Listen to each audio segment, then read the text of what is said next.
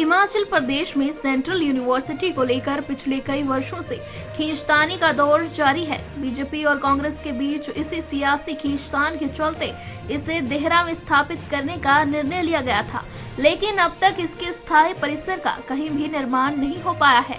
समय समय पर छात्र संगठन में स्थायी परिसर की मांग को लेकर आंदोलन करते रहते हैं।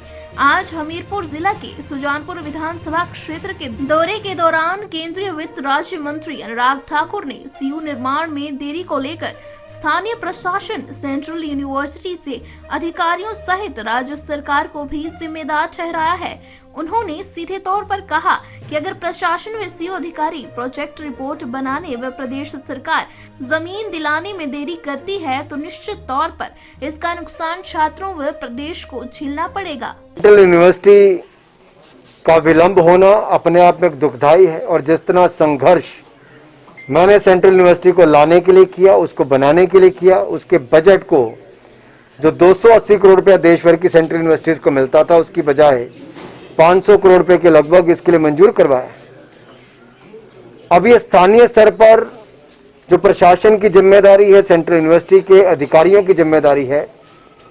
अगर वो प्रोजेक्ट रिपोर्ट बनाने में, जमीन दिलाने में राज्य की सरकार विलंब करती है तो निश्चित तौर पर इसका नुकसान विद्यार्थियों को और प्रदेश को झेलना पड़ता है।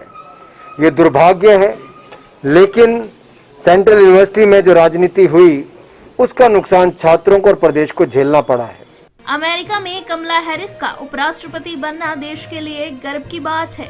अमेरिका में डेमोक्रेटिक पार्टी के राष्ट्रपति व भारतीय मूल की कमला हैरिस को उपराष्ट्रपति बनने पर बधाई देते हुए अनुराग ठाकुर ने क्या कहा, सुनिए। भारत के लिए भी गर्व की बात है और भारतवासियों के लिए भी। मैं अपनी ओर से भारतीय जनता पार्टी और समस्त देशवासियों की ओर से उनको बहुत बहुत बधाई और शुभकामनाएं देता हूँ।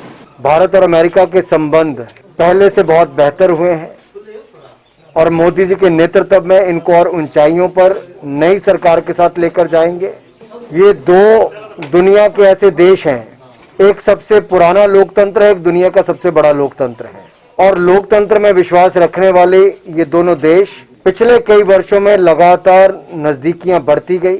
और आपने जैसे देखा होगा, केवल अमेरिका और भारत ही नहीं, ऑस्ट्रेलिया और जापान भी इस क्षेत्र में एक बहुत बड़ी भूमिका निभा रहे हैं।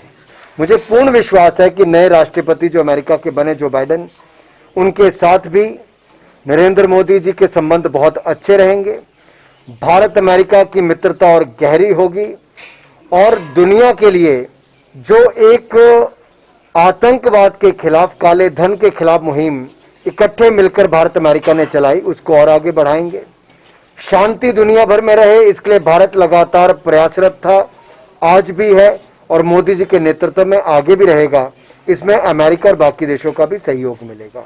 वहीं जयराम सरकार और संगठन में छिड़ी अंतर्कलह पर अनुराग ठाकुर बचते नजर आए और कहा कि जयराम सरकार ने प्रदेश में अच्छा काम किया है और उम्मीद जताई कि अगले 2 साल भी बढ़िया काम करेगी।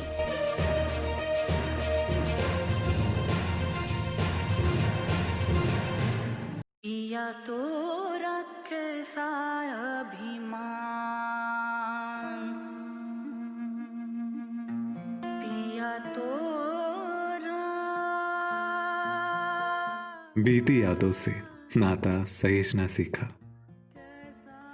हाथ थाम कर जिनके चलना सीखा, गिरने लगती जब तो उनसे संभलना सीखा। पिया तो कैसा अभिमान, उनकी डांट से खुद को तराशना सीखा। पिया तो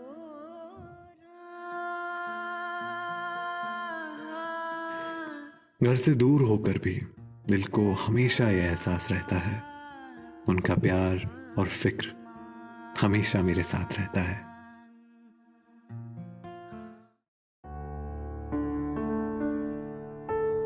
भूषण ज्वेलर्स, अनमोल रिश्तों के लिए।